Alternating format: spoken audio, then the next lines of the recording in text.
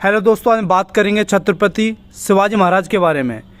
इनकी जयंती हर वर्ष 19 फरवरी को उनके साहस, युद्ध रणनीति, प्रशासनिक कौशल को याद करने तथा उनकी प्रशंसा करने के लिए मनाई जाती है। उन्होंने बीजापुर की आदिलशाही सल्तनत के पतन के समय इस क्षेत्र पर आधिपत्य स्थापित किया, जिसने आगे चलकर मराठा साम्राज्य की नींव रखी। 1870 में समाज सुधारक महात्मा ज्योतिराव फुले पुणे में शिव जयंती मनाने की शुरुआत की, जिसे अब छत्रपति शिवाजी महाराज की जयंती के रूप में मनाया जाता है। यदि बात करेंगे जन्म के बारे में, तो 19 फरवरी 1630 को वर्तमान महाराष्ट्र राज्य में पुणे के जिले में शिवनगरी में किले में हुआ था। उनका जन्म एक मराठा सेनापति शाहजी भोसले के घर में हुआ था, जिनके अधिकार में बीजापुर सल्तनत के तहत पुणे और सूबे की जागीरों की थी। उनकी माता जीजाबाई एक धर्म प्रयाण महिला थी, जिनके धार्मिक गुणों का उन पर गहरा प्रभाव पड़ा। यदि बात की जाए उनके आरंभ के जीवन के बारे में, उन्होंने वर्ष 1645 में पहली बार अपने सैन्य कौशल का प्रदर्शन किया। जब किशोर उम्र में उन्होंने बीजापुर के अधीन तोरण किले पर सफलतापूर्वक नियंत्रण प्राप्त किया। उन्होंने कोंडाना किले पर भी अधिकार कर लिया। ये दोनों किले बीजापुर के आदिल शाह के अधीन थे।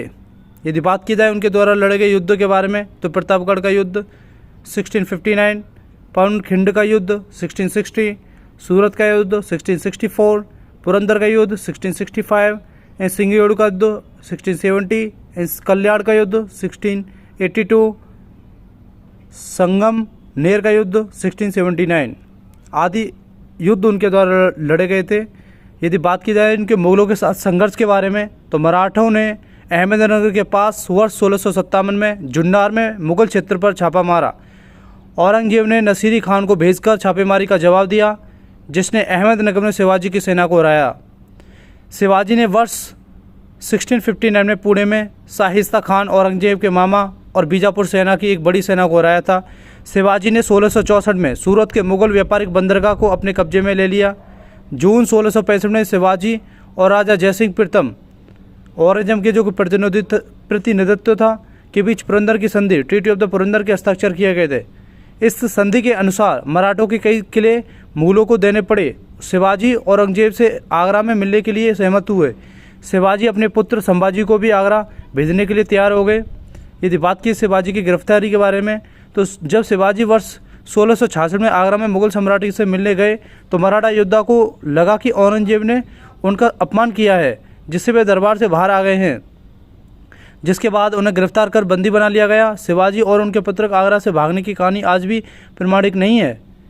इसके बाद वर्ष 1670 तक मराठा और मुगलों के बीच शांति बनी रही। मुगलों द्वारा संभाजी को दी गई बराबर जागीर उनके वापस ले ली गई थी। इसके जवाब में शिवाजी ने 4 महीनों की छोटी सी अवधि में मुगलों के कई क्षेत्रों पर हमला कर उन्हें वापस ले लिया। शिवाजी ने अपनी सैन्य रणनीति के माध्यम से दक्कन और पश्चिमी भारत में भूमि का एक बड़ा भाग हिस्सा हासिल कर लिया था। उन्होंने छत्रपति, शाखाकर्ता, क्षत्रिय, कुलवंत व हिंसम धर्म धारक उपाधि धारण की थी। शिवाजी द्वारा स्थापित मराठा साम्राज्य के समय के साथ बड़ा होता गया और 18वीं शताब्दी की शुरुआत में प्रमुख भारतीय शक्ति बन गया। यदि बात की जाए उनकी मृत्यु के बारे में, तो 1680 में रायगढ़ में शिवाजी का निधन हो गया और रायगढ़ के किले में उनका अंतिम संस्कार किया गया। शिवाजी के अधीन कैसा प्रशासन था? यदि उनके प्रशासन की बात की जाए, तो उनका एक केंद्रीय प्रशासन था। इसकी स्थापना शिवाजी द्वारा प्रशासन की सुदृढ़ व्यवस्था के लिए की गई थी, जो प्रशासन की दक्कन शैली से काफ़ी प्रेरित थी। अधिकांश प्रशासनिक सुधार अहमदनगर में मलिक अंबर के सुधारों से प्रेरित थे। राज्यों का सर्वोच्च प्रमुख राजा होता था, जिसे अष्टप्रधान के नामों से जाने वाले 8 मंत्रियों के एक समूह द्वारा शासन कार्य में सहायता प्रदान की जाती थी। पेशवा, जिसे मुख्य प्रधान के रूप में जाना जाता था, मूल रूप से राजा शिवाजी की सलाहकार परिषद का नेतृत्व करता था। यदि बात की जाए उनके राजस्व प्रशासन की, शिवाजी ने जागीरदारी प्रणाली को समाप्त कर दिया गया और इसे रैयतवाड़ी प्रणाली से बदल दिया गया। वंशानुगत राजस्व अधिकारी की स्थिति में परिवर्तन किया, जिन्हें देशमुख, देशपांडे, पाटिल, कुलकर्णी के नाम से जाना जाता था। शिवाजी उन मीरासदारों का कड़ाई से पर्यवेक्षण करते थे जिनके भूमि पर वंशानुगत अधिकार थे। राजस्व प्रणाली मलिक अंबर की काठी प्रणाली सिस्टम से प्रेरित थी, जिसमें भूमि के प्रत्येक टुकड़े को रॉड या काठी द्वारा मापा जाता था।